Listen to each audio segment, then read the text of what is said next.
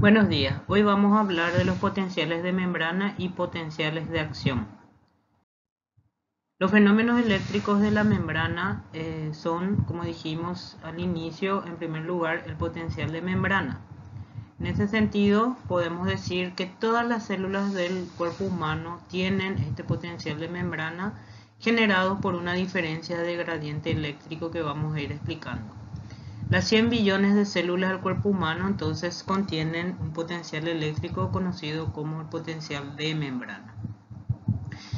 Este potencial se origina debido a pequeñas diferencias de distribución de cargas de un lado a otro de la membrana.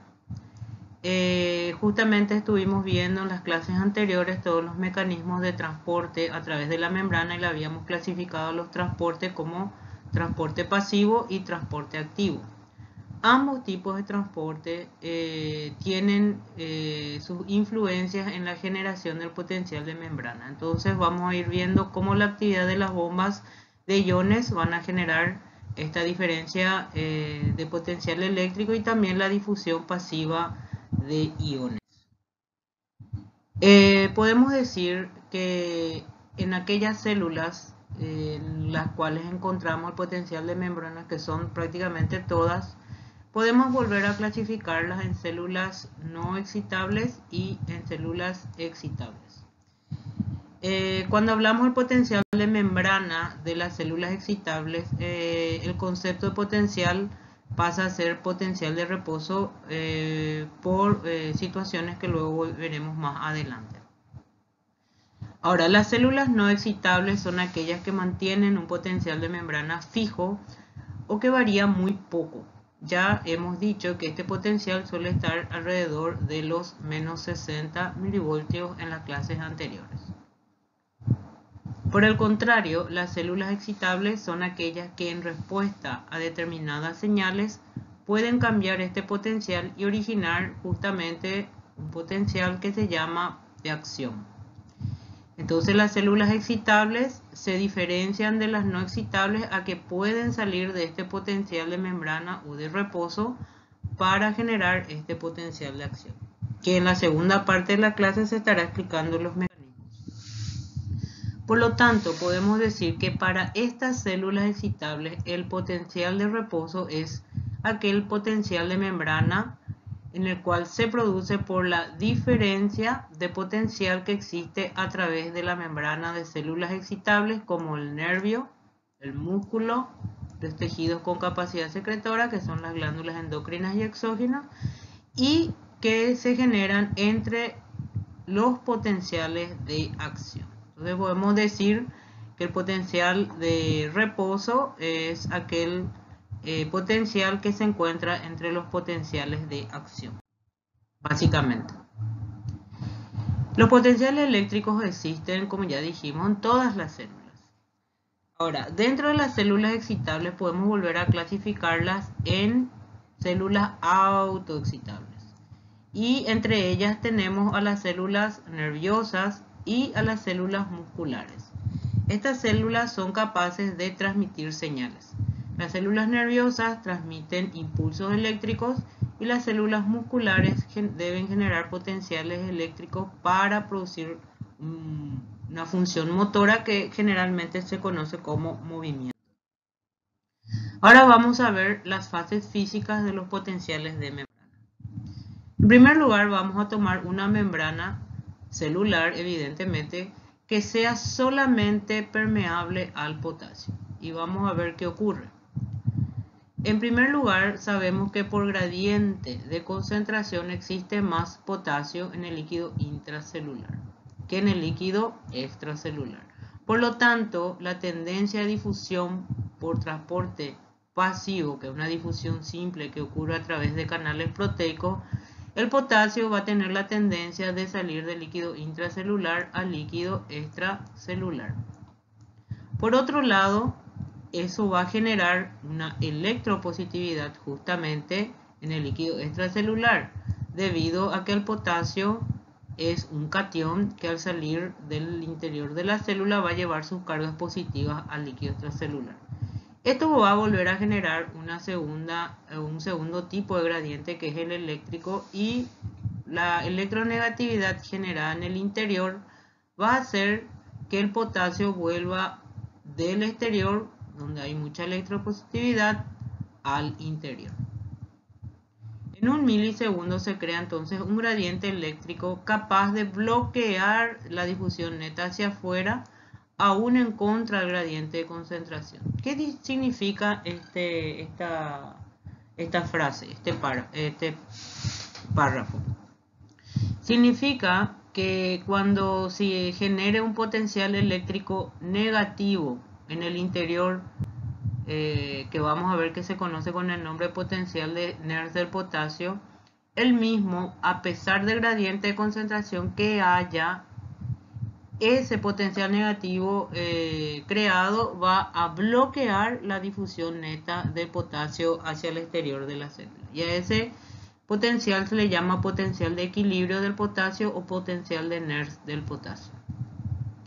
Ahora vamos a ver qué sucede con los valores. En primer lugar, tenemos que saber que los potenciales siempre se están midiendo evidentemente en milivoltios. Por lo tanto, el valor por el cual normalmente el potasio deja de salir de la célula es cuando se genera un gradiente eléctrico negativo en el interior de la misma de menos 94 milivoltios. ¿Sí? Cuando llegamos a este voltaje, entonces el potasio deja de salir al exterior de la célula por más gradiente de concentración que haya. Ahora, vamos a explicar lo contrario con lo que ocurre con el sodio si la membrana fuese solamente permeable para su transporte. En ese sentido, sabemos que ocurre totalmente a la inversa. El sodio es el electrolito más abundante en el líquido extracelular. Por lo tanto, cuando se genera un gradiente de concentración va a haber una tendencia de difusión de potasio al interior de la célula. Eso va a generar, evidentemente, como el sodio también es un catión, va a generar una electropositividad en el interior de la misma. Y se va a generar una electronegatividad en el líquido extracelular. Esto va a generar un potencial de membrana elevado, o sea que cuando entra el sodio, el potencial de membrana deja de ser muy negativo y va a generarse un potencial eléctrico suficiente para bloquear más difusión de más sodio al interior.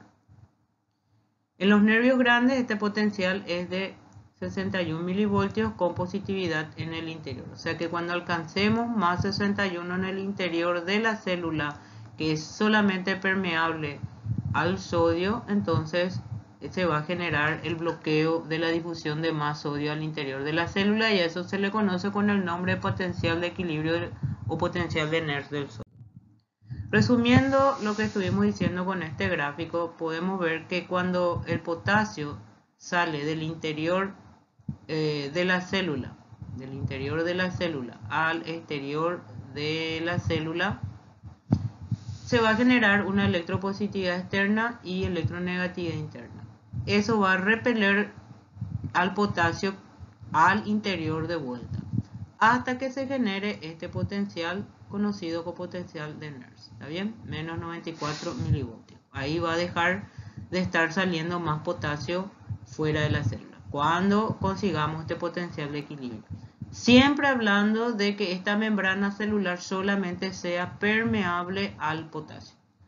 Por el otro lado, el sodio va a tener una tendencia por su gradiente de concentración de ingresar dentro de la célula llevando sus cargas positivas al interior. Eso va a generar otro gradiente eléctrico, que va a repeler sodio hacia afuera. Esta difusión hacia el exterior, hacia el interior del sodio a la célula, se va a bloquear cuando consigamos una electropositividad interna de la célula de más de 61 milivoltios. Entonces podemos decir que el potencial de Nernst es el nivel de potencial a través de la membrana que impide la difusión neta de un ion en cualquier dirección. Cada ion tiene su potencial de NER como hemos visto. El potasio menos 94 milivoltios y el sodio más 61. Se relaciona en forma proporcional con la magnitud de diferencia de concentración del ion en ambos lados. Eso significa que si los gradientes de concentración aumentan, el potencial de NERS va a tener que aumentar también. Pero si el gradiente de concentración disminuye, también el potencial de NERS disminuirá. Cuanto mayor entonces sea la diferencia, mayor será el potencial, como hemos dicho. Esta es la fórmula de la ecuación de NERS, que es importante que ustedes la aprendan, porque justamente teniendo el valor de la concentración interior, o sea, no de la concentración interior, sino, disculpen, de la concentración exterior que normalmente obtenemos cuando pedimos electrolitos en sangre, la cantidad de electrolitos en plasma se mide en 1000 equivalentes por litro, y uno infiere el valor normal en el interior, puede llegar a deducir cuál sería la ecuación de NERS de cada uno de los electrolitos. Entonces, vamos a ver que este valor se halla a través de un número que es un número que es estándar, que es más o menos 61. Eso está en relación a si se trata de un anión, un catión, o si el electrolito está dentro o fuera de la célula, y el logaritmo del valor hallado en la división de la concentración interna sobre la concentración externa del electrolito. Bueno, ahora, ¿qué pasa cuando la membrana es permeable a varios electrolitos, como en nuestro caso? En nuestro caso, todas las células del cuerpo humano no son permeables solamente a uno u otro, sino varios electrolitos. Entonces, el potencial de difusión ya va a depender de otras cosas. En primer lugar, el potencial de difusión va a depender de la polaridad de la carga eléctrica de cada ion, si es catión o si es ion. En segundo lugar, va a depender de la membrana y la permeabilidad de la misma para cada ion. Y en tercer lugar, va a depender de la concentración tanto interna como externa de cada ion. Por eso es que debemos saber los valores normales. Entonces, para hallar un potencial de difusión para varios electrolitos, se utiliza una fórmula conocida como fórmula de Goldman. Aquí encontramos la fórmula de Goldman, donde justamente toma en cuenta ya no solamente la concentración interna y externa, sino la permeabilidad de cada una de las sustancias. Entonces, cuando hablamos del potencial de difusión de varios electrolitos, tenemos que tomar en cuenta lo siguiente. En primer lugar, sabemos que el sodio, el potasio y el cloro son los iones más implicados en la generación del potencial de membrana de nervios y músculos. En segundo lugar, sabemos que el gradiente de concentración de cada ion ayuda a determinar el voltaje del potencial de membrana. Y eso vamos luego a explicar mejor, pero ustedes en las clases biofísicas ya lo han dado. ¿Cuáles son esos mecanismos? El grado de permeabilidad de cada ion también determina el potencial. Esto es muy importante recordar porque la permeabilidad de las membranas cambian constantemente ante diferentes tipos de estímulos. Evidentemente, vamos a ver más adelante que en reposo, normalmente las células excitables suelen ser más permeables al potasio que al sodio.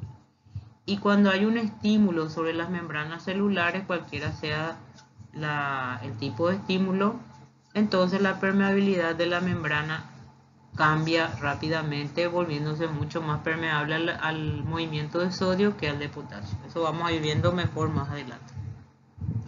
Si la membrana es impermeable al potasio y al cloro, o sea, hablando como dijimos anteriormente, ante una membrana que solamente es permeable prácticamente al sodio, evidentemente que el potencial de reposo o el potencial de membrana de esa célula va a ser muy cercana al potencial de NERS, que es el potencial de equilibrio de sodio, que como dijimos era más 61. En cambio, va a ser lo contrario si fuese la membrana impermeable al sodio y al cloro. Entonces ahí el potencial de membrana estaría más cerca del potasio. Bueno, eso vamos a ver que la realidad está más cercana a la del potasio. Ahora, la difusión de cationes del interior al exterior cuando su concentración es mayor en el interior siempre va a producir una electronegatividad intracelular. Eso ya sabemos. ¿Qué electrolito hace eso? El potasio. En las células nerviosas la permeabilidad es mayor para el sodio y el potasio. Eso ya sabemos también. Los canales sufren cambios constantes, sobre todo cuando hablamos de la conducción nerviosa. Porque todo lo que expliquemos de fenómenos eléctricos en membrana tenemos que saber que fueron hechas en principio estudiando la conducción nerviosa de nervios motores grandes. También se sabe que es casi impermeable al cloro, por lo que cambios rápidos de permeabilidad a los mismos son los principales responsables de la transmisión de la señal nerviosa. Bueno, entonces podemos decir que el cloro, por en cuanto en esta explicación que vamos a dar de aquí en adelante, va a estar fuera de la misma. Sabemos que una cosa también, que el potencial de reposo de los nervios motores, por lo menos en su axón, es de menos 90 milivoltios. Entonces, a partir de aquí tenemos que explicar cómo llegamos a este potencial de reposo o potencial de membrana de los nervios, para entender luego que los mismos mecanismos intervendrán en los potenciales de membrana de las demás células del cuerpo humano. En primer lugar, depende de las propiedades de transporte de la membrana nerviosa. ¿Qué significa todo esto? Depende de la permeabilidad. O sea, sabemos que existen dos tipos de transporte. El transporte activo, que generalmente el representante más importante o el ejemplo más importante es la bomba sodio-potasio ATPasa. Sabemos que esta bomba está trabajando en todas las células del cuerpo humano y tiene diferentes acciones que ustedes la deben saber muy bien. Se encuentran tanto en células excitables como no excitables. Tiene funciones de mantener la homeostasis del volumen intracelular, pero también es una bomba electrógena. ¿Qué significa eso? Que constantemente esta bomba está sacando 3 cationes, que son el sodio, y está metiendo 2 potasios, disculpen, generando un déficit de cationes al interior de la célula, llevándonos esto a un estado de electronegatividad en la célula. Por el otro lado, también están actuando en la generación del potencial de membrana, la difusión de estos electrolitos, del potasio y del sodio. Acuérdense que están dentro de la clasificación de los transportes pasivos y sobre todo la difusión simple. Y tenemos que saber que esta difusión simple se hace a través de canales proteicos, debido a que al ser electrolitos e hidrosolubles no pueden atravesar libremente la membrana celular, que es liposoluble. A partir de aquí, en lugar de estar hablando de difusión simple de potasio y de sodio, vamos a estar hablando del escape de potasio y del escape de sodio, y cómo eso afecta al potencial de membrana, o sea, cómo actuaría en el mecanismo de generación del potencial de membrana.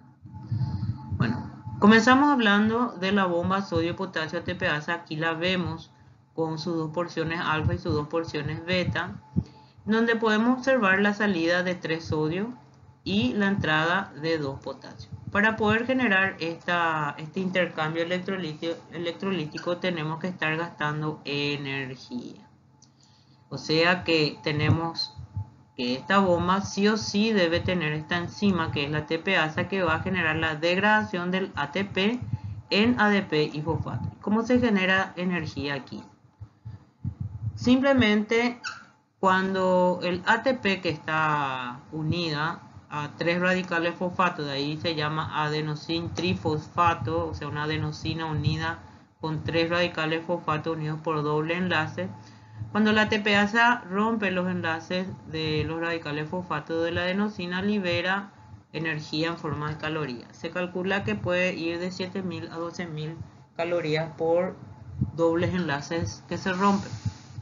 O sea, eso entonces es un gasto energético metabólico que, si ustedes recordarán, cuando se habló de metabolismo de transporte a través de la membrana, se habló que el 45% aproximadamente del gasto energético en el metabolismo basal del ser humano es para mantener esta bomba funcionando. Eso para que vean la importancia que tiene esta bomba. Entonces, aquí está el resumen de todo lo que estuvimos diciendo. Ya hemos hablado de lo que hace esta bomba al ser electrógena, que genera una electronegatividad intracelular. Ahora, yéndonos al escape o difusión del sodio y del potasio, recordemos cuáles son sus valores tanto en el exterior, ¿sí?, como en el interior. Eso es muy importante, no se confundan. El catión más importante o el electrolito más importante en el líquido intracelular es el potasio y en el extracelular es el sodio. Los valores son muy diferentes y esa concentración o esos valores tan diferentes es lo que van a generar los gradientes de concentración. Pero el sodio y el potasio, al ser electropositivos, o sea, cationes, ¿verdad?, cuando se muevan van a estar moviéndose con sus cargas. ¿Está bien? Bueno, entonces estas difusiones o escapes de ambos se hacen a través de proteínas de canales. Y como dijimos, tenemos que recordar que la permeabilidad juega un papel fundamental también en la generación de potencial de membrana, debido a que el potasio es 100 veces más permeable la membrana al potasio que al sodio, ¿sí? Eso va a determinar que el potasio sea probablemente el protagonista más importante en la generación del potencial de reposo de las células excitables. ¿Está bien? Bueno, entonces lo que vamos a ver cómo llegamos a este potencial de reposo de menos 90 y de qué es lo que es necesario. En primer lugar, la contribución del potencial de difusión de potasio. En segundo lugar, la contribución del potencial de difusión de sodio. Y en tercer lugar, es importante, pero no tanto como lo que hace el potasio, que es la contribución de la bomba sodio-potasio ATPase. También sabemos que el potasio al difundir, deja de difundir de dentro de la célula, fuera de la célula, cuando llega a este potencial de Nernst. Justamente aquí podemos ver cómo se halla este potencial de Nernst del potasio, tomando estos valores como normales. 4000 equivalente en el exterior, 140, que es un valor que uno presume, ¿verdad?, que debería tener el interior de la célula. ¿Cuál es el valor de la división de la concentración interna y externa del potasio? Y eso ese valor se halla su logaritmo, y en este caso es 1,54, que multiplicado por menos 61 encontramos que el potencial de Nernst en este caso es de menos 94. Como verán, es muy cercano al menos 90 del potencial de reposo del nervio, que es lo que queremos hallar. Ahora, el sodio, que es mucho menos permeable para la membrana, en estos casos cuando la célula está en reposo, tiene un potencial de equilibrio de más 61, ¿sí? Eso ya lo hemos explicado más adelante, o sea, más atrás, pero aquí de todos modos le pone un valor de 142, 1000 equivalente en el exterior, 14 en el interior. Su proporción es de 0,1, que multiplicado por el logaritmo da 1, que multiplicado por 61 me da más 61, justamente el valor estándar de la fórmula. Y aquí vamos a ver lo siguiente, que por la ecuación de Goldman relacionando ambos potenciales de equilibrio del potasio, que es menos 94, y del sodio, que es más 61, y siendo la membrana 100 veces más permeable al potasio que al sodio, tenemos que el potencial interno de mi célula es de menos 86. ¿Está bien? Entonces, el aporte para llegar a este valor de menos 86 se da con el menos 94 del potasio y el más 61 del sodio. Entonces, aplicando la fórmula de Goldman y tomando en cuenta la permeabilidad de la membrana, que es mayor para el potasio, entonces el valor es de menos 86. Bueno, entonces aquí la pregunta es quién aporta el menos 4 para llegar al menos 90 milivoltios. Y el que lo hace es la bomba sodio-potasio ATPase, ¿sí? Que contribuye con el menos 4 milivoltios para llegar al menos 90. Entonces, esos tres mecanismos que explicamos van a generar este valor de reposo. Repitiendo, el escape o la difusión de potasio hasta llegar a su potencial de equilibrio, que es menos 94. El escape o difusión de sodio, que su potencial de equilibrio es más 61. Y el aporte de la bomba sodio-potasio ATPase, que es electrógena y que genera un déficit electrolítico negativo en el interior de la célula, generando un valor de menos 94. Entonces, haciendo la suma algebraica de menos 86 menos 4, tenemos menos 90.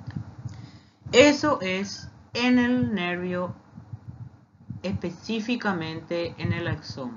Ahora, ¿esto puede cambiar? La pregunta es, ¿esto puede cambiar? Claro que sí. Esta es una explicación que podemos aplicar en toda la generación de potenciales de membrana. Pero los valores pueden cambiar porque cambia justamente una propiedad, que es la de la permeabilidad que tiene la membrana a los diferentes electrolitos. ¿Está bien? Entonces está bien conocer los mecanismos, que son tres, pero que la permeabilidad de la membrana va a estar también teniendo su injerencia en otros valores diferentes a menos 90, pero siempre negativo. Cuando hablamos de potenciales de reposo, siempre son potenciales negativos. Por ejemplo, se sabe que el potencial de membrana de fibras nerviosas más pequeñas y de células musculares lisas pueden ir de menos 40, ¿sí?, a menos 60. O sea que, como ven, puede ser muy diferente. Pero los mecanismos de producción son los mismos. ¿Está bien? Ahora vamos a ver la segunda parte de esta clase, que es cómo se generan los potenciales de acción del nervio. Como dijimos anteriormente, la definición del potencial de reposo, ¿se acuerdan? Dijimos que eran los periodos de potencial de membrana que se encuentran entre los potenciales de acción.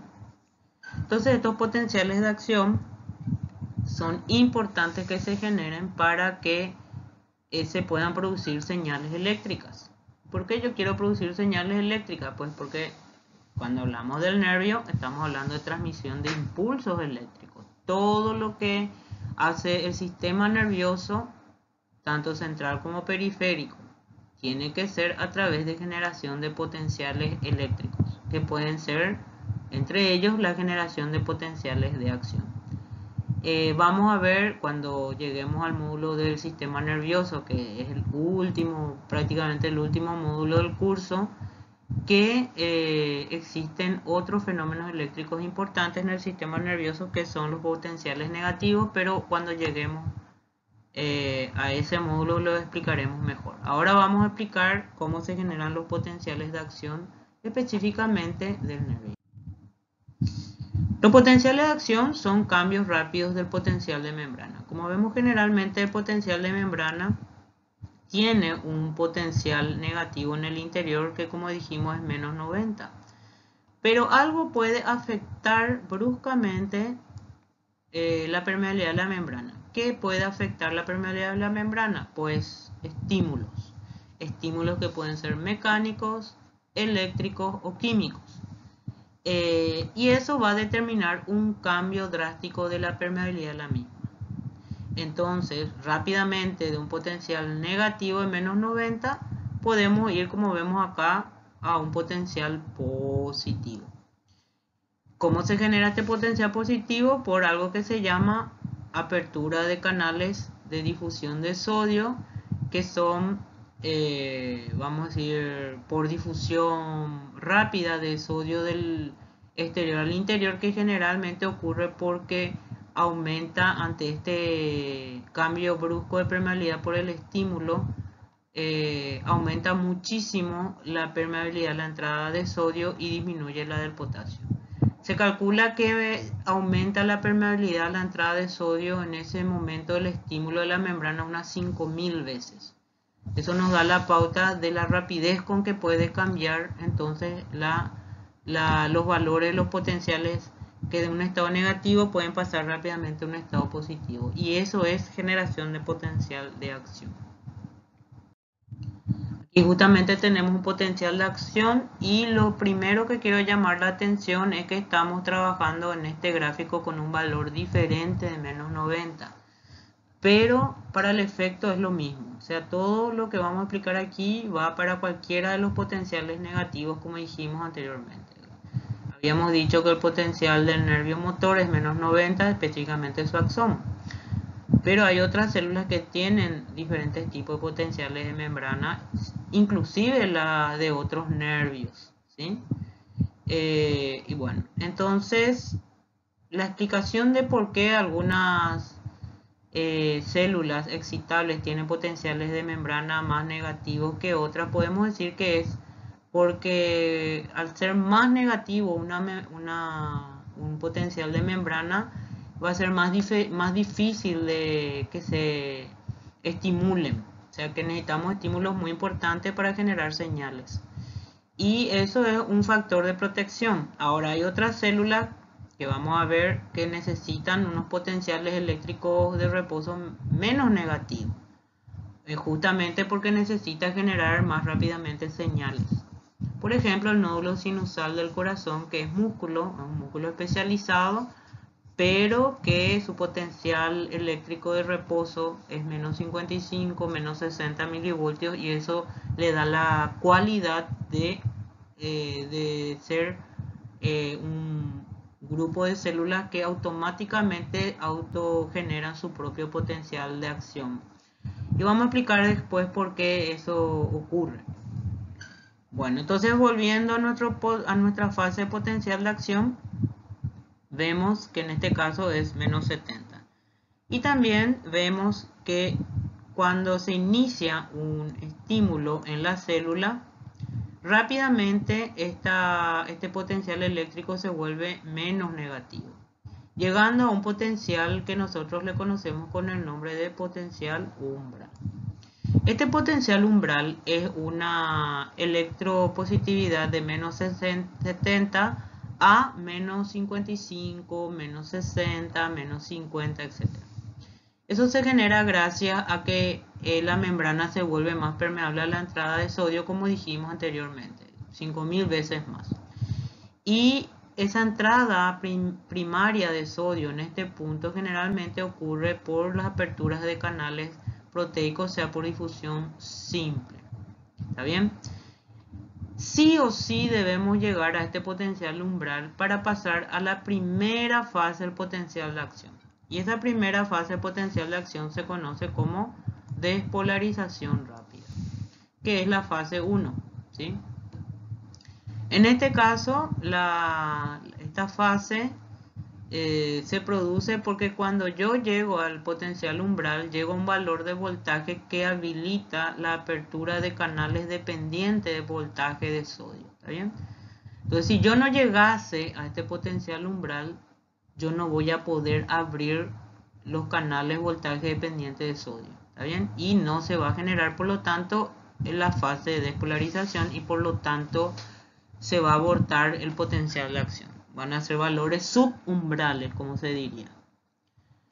Por lo tanto, es indispensable la entrada masiva de sodio en esta primera fase para luego generar la entrada por canales de voltaje dependiente, que se realiza muy rápidamente, como ven aquí. Este también es un proceso autorregenerativo, que significa que es por retroalimentación positiva, que ya hablamos en la clase de homeostasis. ¿Se acuerdan que era uno de los ejemplos de retroalimentación positiva? Eso se debe a que los canales de voltaje van abriendo los otros canales de voltaje sucesivamente. Una vez que llega a un valor muy positivo, que puede ir de más 35, en algunos casos a más 50, como vemos en este caso, esos canales de voltaje se cierran, los canales de voltaje de sodio. Y en este punto ocurre otro fenómeno que es la apertura de canales de potasio, también canales voltaje dependiente. ¿Qué significa? Que cuando llega a más 35, a más 55 aproximadamente, los canales de voltaje de potasio también ya se comienzan a abrir. Ahora su apertura son canales más lentos, tanto para abrirse como luego vamos a ver como para cerrarse.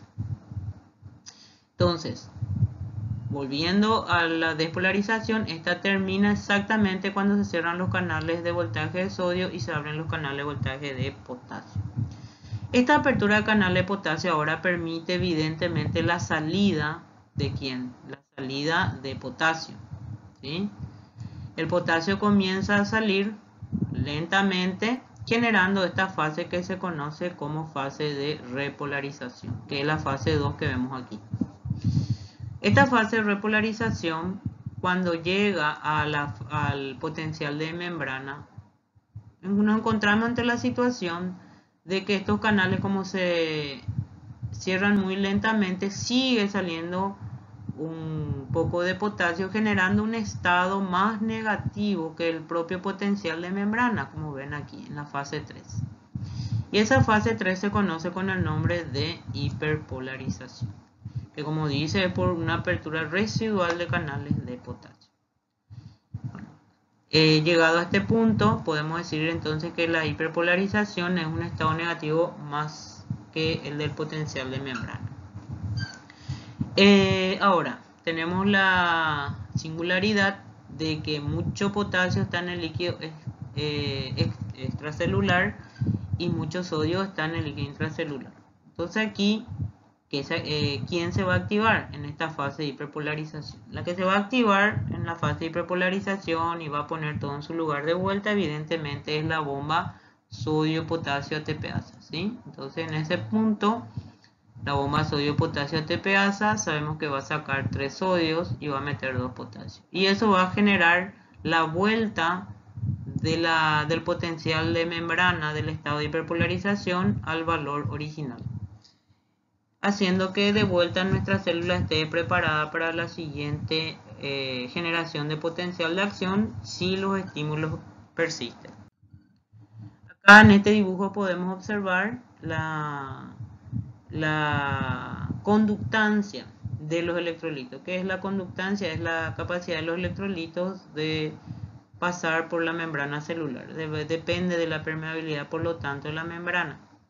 Y como ven, en color celeste tenemos la conductancia del sodio, que coincide, ¿verdad? Como vemos aquí el color celeste, con la generación de potencial de acción, la fase de despolarización. Con verde tenemos la conductancia del potasio, que coincide fundamentalmente con el estado de repolarización debido a que el potasio sale. Y vemos también que genera esta fase que es la de hiperpolarización por la apertura residual de este potasio. Bueno, ahora vamos a hablar un poco de estos canales de voltaje dependiente tanto de sodio como potasio. En primer lugar, tenemos que saber que el canal de sodio voltaje dependiente tiene dos compuertas o puertas de voltaje. Una es de activación y otra es de inactivación. En cambio, el canal de potasio de voltaje dependiente solamente tiene una compuerta de activación. Entonces vamos a ir a explicar primero el canal de sodio voltaje dependiente. Como vemos aquí, cuando mi célula, en este caso mi célula nerviosa, está en estado de reposo, en este caso pone el ejemplo de menos 90 milivoltios, entonces estamos viendo en este dibujo un canal de sodio voltaje dependiente de un nervio motor, de su axón, y repito, está en un estado de menos 90.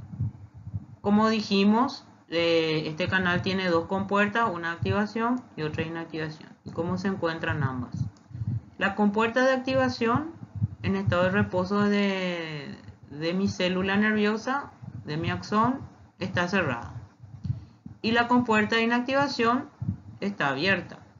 De todos modos, no hay entrada de sodio debido a que esta está cerrada, la de activación. Cuando esta compuerta de activación se abre, cuando se genera, dijimos, el potencial umbral, en el cual este menos 90 se vuelve menos, en este caso pone el ejemplo de menos 50, o sea, menos negativo que el potencial de reposo. Pero sí o sí es necesario que ocurra ese potencial umbral, ¿sí? No se olviden de eso, para poder abrir esta compuerta de activación. Cuando se abre esta compuerta de activación, rápidamente entra sodio, lo que va activando las siguientes compuertas de activación de los siguientes canales de voltaje dependiente de sodio. Y como vemos, el canal o la compuerta, mejor dicho, de inactivación, comienza un lento cierre del canal de sodio. Cuando se termina por cerrar esta compuerta de inactivación, cuando llegamos al potencial positivo del pico de la despolarización. Ahí como podemos ver cómo se ha cerrado el canal de inactivación, ¿sí? Y eso evita que el sodio siga entrando, pero también evita que el sodio salga, ¿sí? Entonces esa compuerta se abrirá, como veremos más adelante, cuando cambien otra vez los voltajes. ¿Qué ocurrirá cuando terminemos la repolarización, cuando estemos en cuando se entre en fase hiperpolarización y cuando los canales de la bomba sodio, potasio o TPasa pongan todo en su lugar? Aquí tenemos los canales de potasio de voltaje y su activación. Como ven, cuando una célula nerviosa se encuentra en un estado de menos 90, ese canal de voltaje está cerrado, porque es un canal de voltaje, ¿no? No se confundan con los canales de difusión o de escape de potasio, que esos sí están abiertos en estado de reposo. Acuérdense que los canales proteicos de difusión del potasio es lo que genera, de hecho, el potencial de reposo, porque son canales de difusión pasiva, de difusión simple. En cambio, esto que estamos hablando aquí son canales diferentes, son canales voltaje dependientes. Y este canal específico se va a abrir cuando lleguemos a un valor de más 35 o más 50, dependiendo en el pico de la despolarización. Ahí se abre el canal de voltaje de potasio y este comienza a salir al exterior, iniciando el estado de repolarización. Y aquí podemos ver algunos gráficos con sus explicaciones. Aquí de vuelta pone justamente una célula nerviosa que tiene un potencial de reposo de menos 70. Acá podemos ver el canal de activación cerrado y podemos ver aquí en el dibujo de medición de potenciales que está en estado de reposo. Cuando el estímulo cae sobre la membrana de esta célula, vemos que el canal de activación se abre, ¿sí? Sobre todo cuando llegamos, recuerden siempre eso, al potencial umbral, ¿está bien? Cuando llegamos al potencial umbral de menos 55, este canal de activación de potasio se va a abrir. Una vez que se vaya despolarizando, entonces va a seguir entrando sodio hasta llegar a un valor muy positivo que va a cerrar el canal de sodio, su compuerta de inactivación, ¿sí? Y al mismo tiempo aquí nos muestran más dibujos, pero se abren completamente los canales voltaje dependiente del potasio, lo que va a iniciar ahora el estado de repolarización. Y aquí podemos entonces ver el canal de voltaje de entrada de sodio y el canal de voltaje de potasio, ¿sí? La entrada de sodio que genera la despolarización y el canal de potasio que saca potasio, generando repolarización e hiperpolarización. Bueno, hay un término que se suele leer en el Guyton que le llama potencial pospositivo. El potencial pospositivo es nada más aquel potencial que se mide en el exterior de la célula cuando el potencial de acción está en estado de hiperpolarización. ¿Por qué? Pues acuérdense que cuando hay mucha negatividad dentro de la célula significa que hay mucha positividad fuera de la célula. Y este potencial positivo se halló muchos años atrás, cuando todavía no había la capacidad de medir o de introducir un medidor dentro de la célula, entonces se medía fuera de la célula y lo que se encontraba un estado pospositivo importante, a eso le llamaban potencial pospositivo, que coincide con la hiperpolarización de las células. ¿Está bien? Justamente en este dibujo podemos observar el pospotencial positivo, que en realidad es la hiperpolarización. ¿Ven? El estado negativo de la célula más negativo que el propio potencial de reposo de la célula, que se genera, repito, por la salida de potasio, debido a que los canales se cierran muy lentamente. ¿Está bien? Bueno, en cuanto a lo que podemos decir en resumen de todo lo que hablamos de potencial de acción, podemos llegar a las siguientes conclusiones. En primer lugar, que el potencial de membrana se genera debido fundamentalmente a que mi membrana es 50 a 100 veces más permeable al potasio que al sodio. Segundo, que cuando yo voy a iniciar un potencial de acción, el estímulo que cae sobre mi membrana debe ser suficientemente intenso para aumentar la permeabilidad de la misma, para que el sodio ingrese rápidamente dentro de la célula. Eso se llama mayor conductancia al sodio. Y eso ya lo explicamos, que se vuelve 5000 veces más permeable la membrana en este momento a la entrada de sodio que a la salida de potasio. Cuando yo llego al potencial umbral, tengo que abrir canales de voltaje de sodio, y eso es lo que va a generar la despolarización. Y luego la lenta apertura de canales de potasio, que señala el término del potencial de acción, con la producción del estado de repolarización y de hiperpolarización. Y luego el retorno de potencial negativo por células, que ocurre un milisegundo después, ¿sí? Eso ya explicamos aquí más arriba, que sucede por la inactivación de los canales de sodio y la salida de potasio. Eso ya explicamos. Ahora, también tenemos que saber que existen sustancias con cargas negativas y positivas que pueden ser impermeantes. ¿Qué significa esa palabra? Que no son permeables a la membrana, o sea, no pueden pasar tranquilamente por la membrana. Entre ellos está la proteína, el fosfato y el sulfato. Eso se explicó en líquido y compartimiento, en donde se justamente explicó que las cargas negativas celulares dependen justamente de estos aniones, proteínas, fosfatos y sulfatos, ¿saben?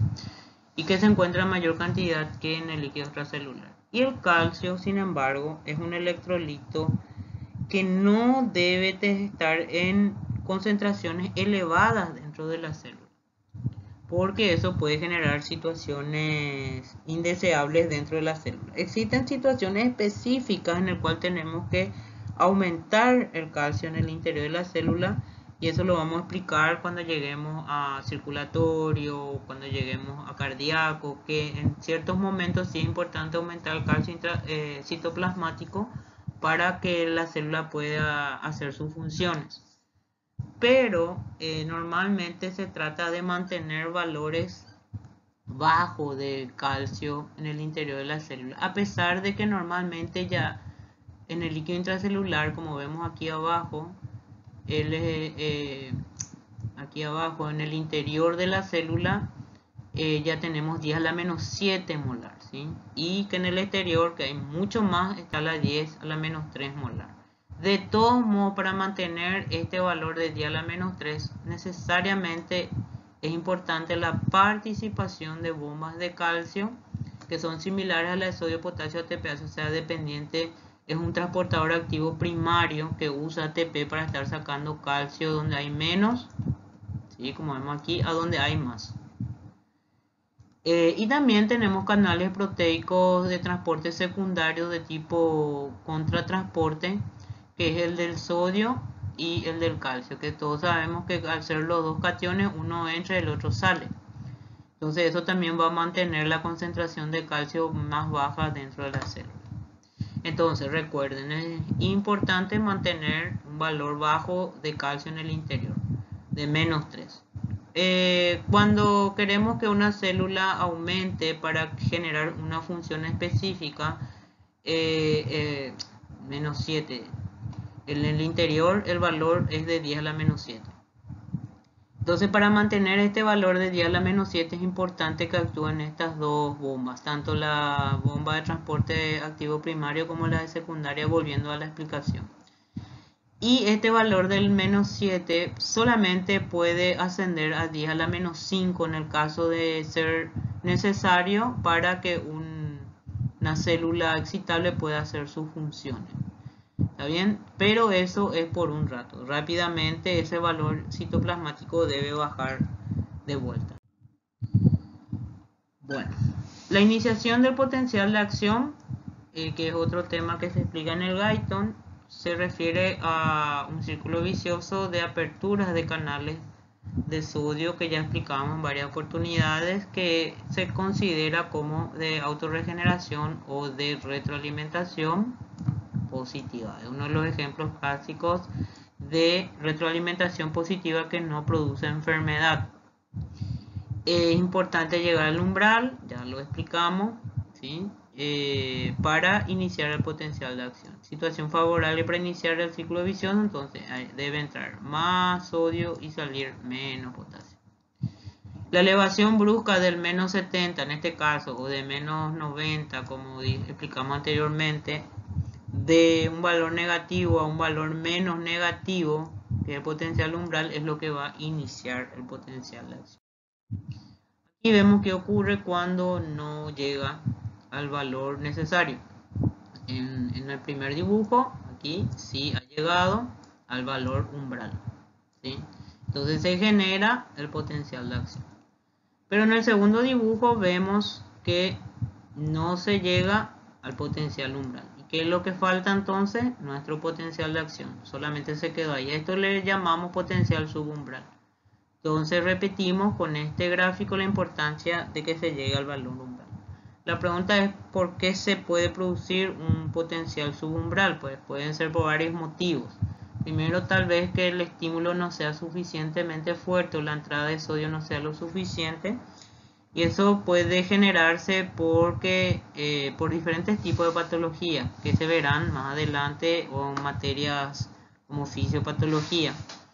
De todos modos, lo que ocurre fisiológicamente hablando, o ya fisiopatológicamente hablando, es que, como sabemos, el canal de voltaje de sodio dependiente del voltaje, repito, tiene dos compuertas, una activación e inactivación, y se recordarán que para generar esta despolarización, ese canal de voltaje debe llegar al potencial umbral, se debe abrir y cerrar rápidamente cuando llega al pico. Eso no sucede cuando llegamos al valor subumbral, no se pueden abrir los canales de activación, o si lo hacen muy lentamente, dándole tiempo a las puertas de inactivación del canal de voltaje de sodio a cerrarse tempranamente, generando entonces o evitando la entrada de sodio por estos canales específicos. Bueno, una vez que ya sabemos cuáles son los mecanismos de producción del potencial de acción, podemos ver y aplicar dentro de lo que es la transmisión de señales eléctricas por los nervios, ya que estuvimos usando de ejemplo los potenciales de membrana y de acción de los nervios. En primer lugar, vamos a recordar que existen dos tipos de nervios: los nervios amielínicos, que es este primero, y los nervios mielínicos, que es este segundo. Los nervios amielínicos son aquellos que, como dice su nombre, carecen de mielina, que es una capa de lípidos que le rodean, que se conoce con el nombre de mielina, que vamos a ver que está formada por las células de Schwann. En este sentido, cuando yo tengo un axón que no tiene mielina, o sea que es amielínico, la conducción nerviosa va a ser por generación de potenciales de acción, evidentemente. Pero ese potencial de acción va a iniciarse con la generación de las despolarizaciones, como vemos aquí. El sodio entrando, generando positividad interna, y esa positividad interna por retroalimentación positiva va a ir abriendo sucesivamente los canales subsecuentes. O sea, eso nosotros le llamamos una conducción nerviosa continua, ¿sí? Bueno, en cambio, ¿qué ocurre con un nervio o un axón mielinizado. Esta mielina obstruye totalmente la entrada por canales proteicos en este punto que vamos a señalar. ¿Por qué? Porque en primer lugar luego ya sabemos que los electrolitos son hidrosolubles, no son liposolubles. En segundo lugar sabemos que sus movimientos deben ser a través de canales proteicos, ya sea canales por difusión simple o canales voltaje dependiente, pero siempre usando proteínas. Por lo tanto, donde está esta mielina no van a poder pasar estos electrolitos, evidentemente. ¿Qué queda entonces por hacer? Pues que justamente entre célula de Schwann y célula de Schwann quedan unos espacios que se conocen con el nombre de nódulo de Rambier, que están desnudos de mielina. Por lo tanto, se va a utilizar ese lugar para la entrada y salida de electrolitos. En este caso también para la generación de potencial de acción. Pero esta generación de potencial de acción y su conducción va a ser saltatoria, ¿sí? Saltatoria, tanto por el líquido extracelular como por el líquido intracelular. ¿Está bien? Muy bien. En ese sentido, ¿cuál es el beneficio? El beneficio es que cuando la conducción es saltatoria, la velocidad de conducción es muy superior a cuando la conducción es continua, que es lo que se observa en los nervios amielínicos. Por lo tanto, el nervio que conduce más rápido transmite más rápido también las señales a los órganos efectores, y aquellos que lo transmiten más lento pues tardan en ese sentido. Vamos a ver que esto se va a aplicar para situaciones patológicas, por ejemplo en casos de patologías que producen desmielinizaciones, que significa esa palabra, pérdida de la mielina, de un nervio motor, vamos a suponer. Si yo pierdo mielina en un nervio motor, ¿qué es lo que va a ocurrir? Pues que se va a ver alterada la conducción saltatoria. Entonces la conducción va a ser más lenta, ¿sí? Y eso va a generar una pobre señal a los órganos efectores, que en este caso puede ser el músculo esquelético, para producir movimiento.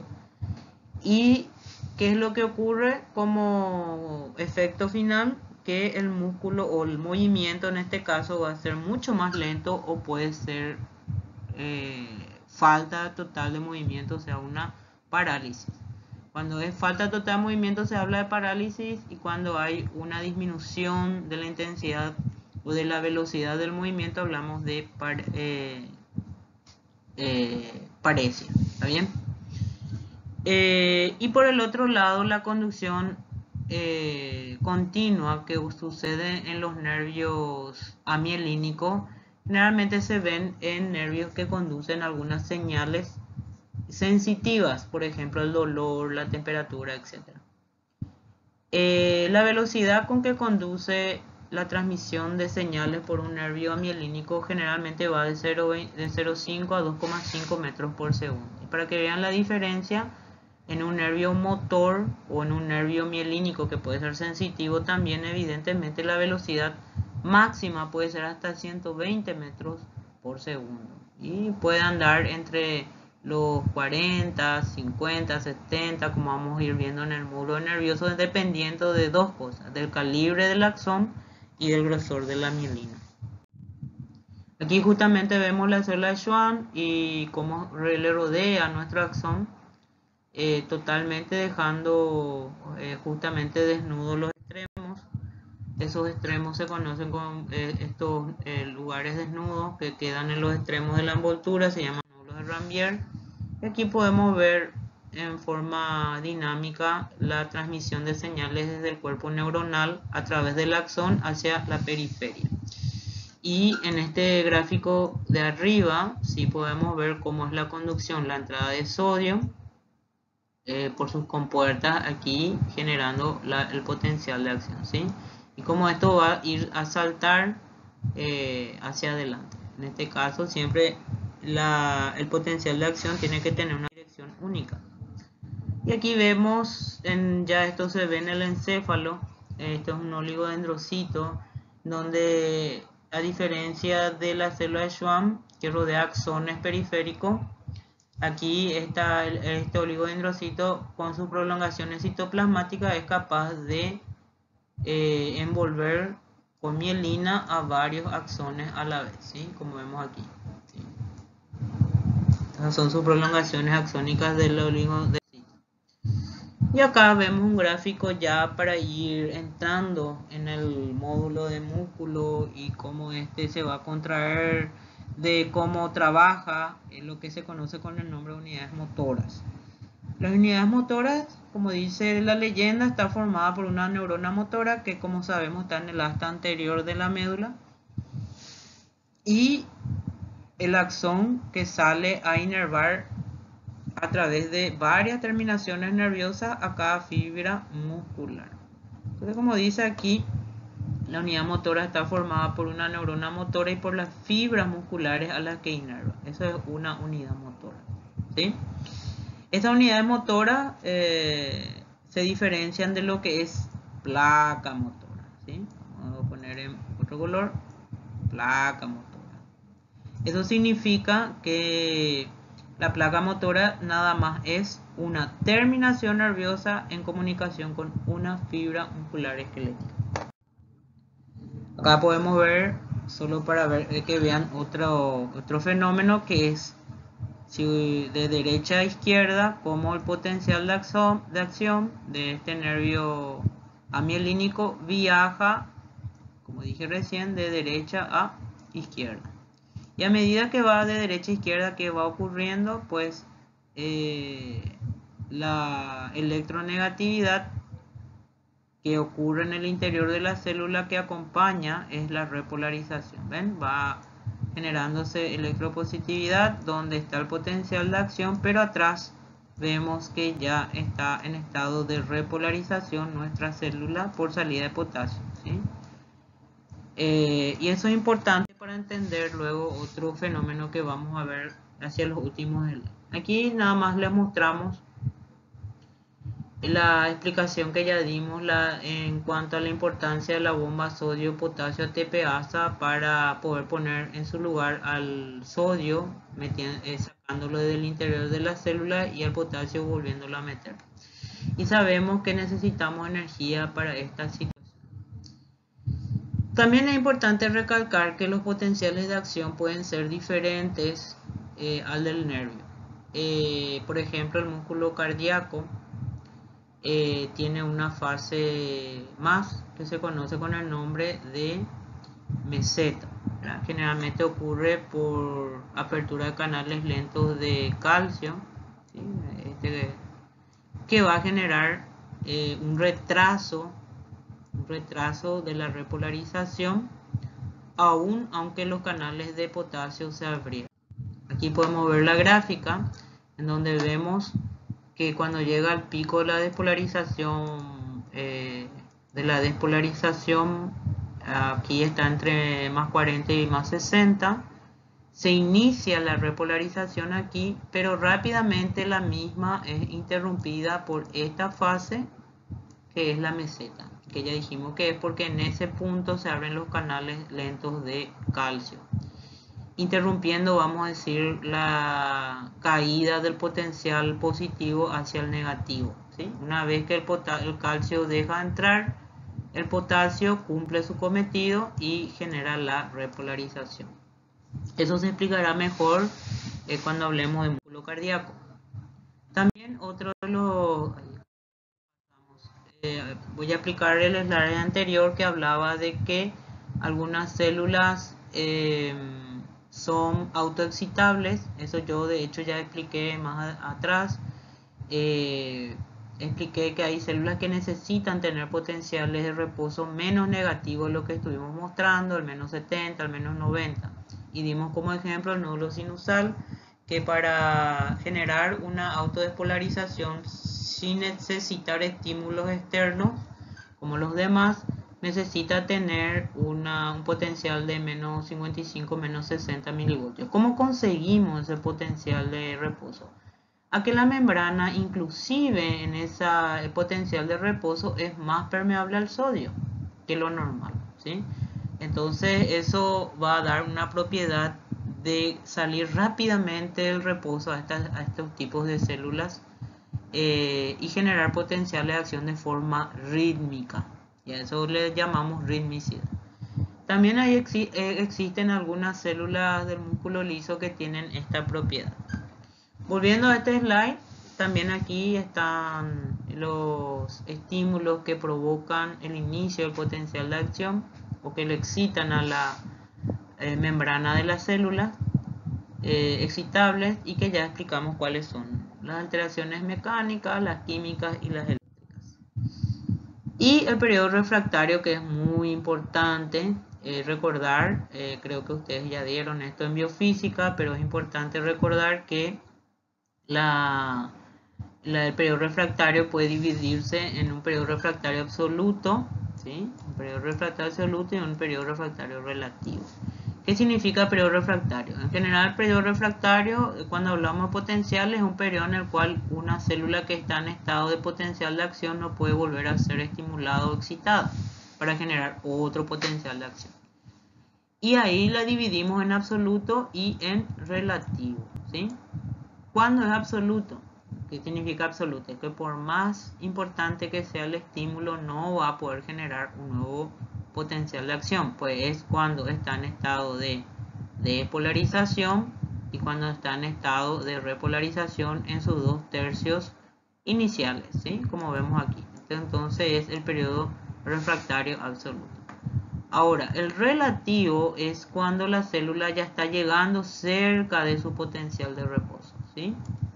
Entonces podemos decir que el tercio final de mi potencial, de mi repolarización, si cayese en ese momento un estímulo supranormal, yo podría tener la posibilidad de generar potenciales nuevos de acción, ¿sí? Y eso vamos a ver más adelante en qué situaciones, qué fenómenos estos generan. Y también evidentemente en el estado de hiperpolarización, que ya es más negativo que esto, con un estímulo supranormal también voy a lograr generar un potencial de acción. Bueno. Y como último slide, aquí tenemos cómo podemos hacer inhibición de la excitabilidad de la membrana celular, eso ya aplicando, vamos a decir, algunas soluciones o medicamentos. En cuanto a para estabilizar una membrana, significa para estabilizar su irritabilidad o que no sea tan excitable, es elevando las concentraciones de calcio en el líquido extracelular, ¿sí? Entonces yo puedo aumentar con inyecciones, con algunos tipos de medicamentos rápidamente la concentración extracelular de calcio, y eso va a estabilizar membranas que están muy irritables. Por eso se llaman estabilizadores.